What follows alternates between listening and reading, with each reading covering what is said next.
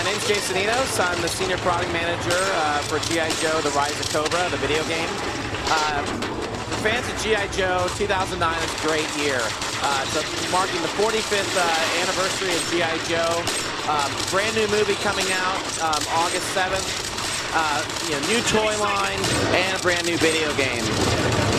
Our video game actually picks up where the movie ends. So unlike a lot of other movie games where if you go and see the movie, you already know how the game ends, our game tells a unique storyline, but also weaves in key plot points from the film. So this allowed us to really leverage the overall G.I. Joe universe, not just the film, but also the classic toy line, the classic cartoons, the comic books, the storylines from the past, even characters that are going to be in our game you're not going to see in the film. So if you go see the movie, you're not going to spoil yourself for playing the game. There's plenty of surprises, plenty of new things you'll find in the game. One of the things we did from a gameplay standpoint is, G.I. Joe is all about, a team. It's never about one G.I. Joe. So we built the game to be co-op based play. So you and a buddy go side by side, pick your favorite G.I. Joe characters, run through, blast away at the Cobras.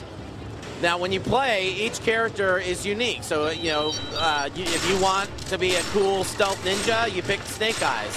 If you want to be a kind of mid-range combat soldier, you pick Duke. Here we've got Duke and Shipwreck actually playing together. And we're coming up to what's called a HISS tank. Oh, keep that. Coming up to a HISS tank, which is a classic vehicle from the G.I. Joe series. Now, this is a perfect example of what you're not going to see in the movie, but you get to see in our game. The HISS tank is part of the Cobra regime, and here the two G.I. Joes have to work together to take down the HISS tank.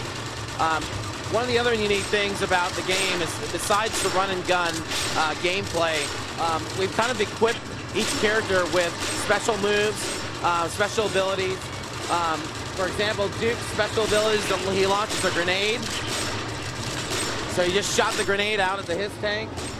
Meanwhile, Shipwreck, who's kind of a sea captain, if you notice, he has a parrot that kind of flies above his shoulder.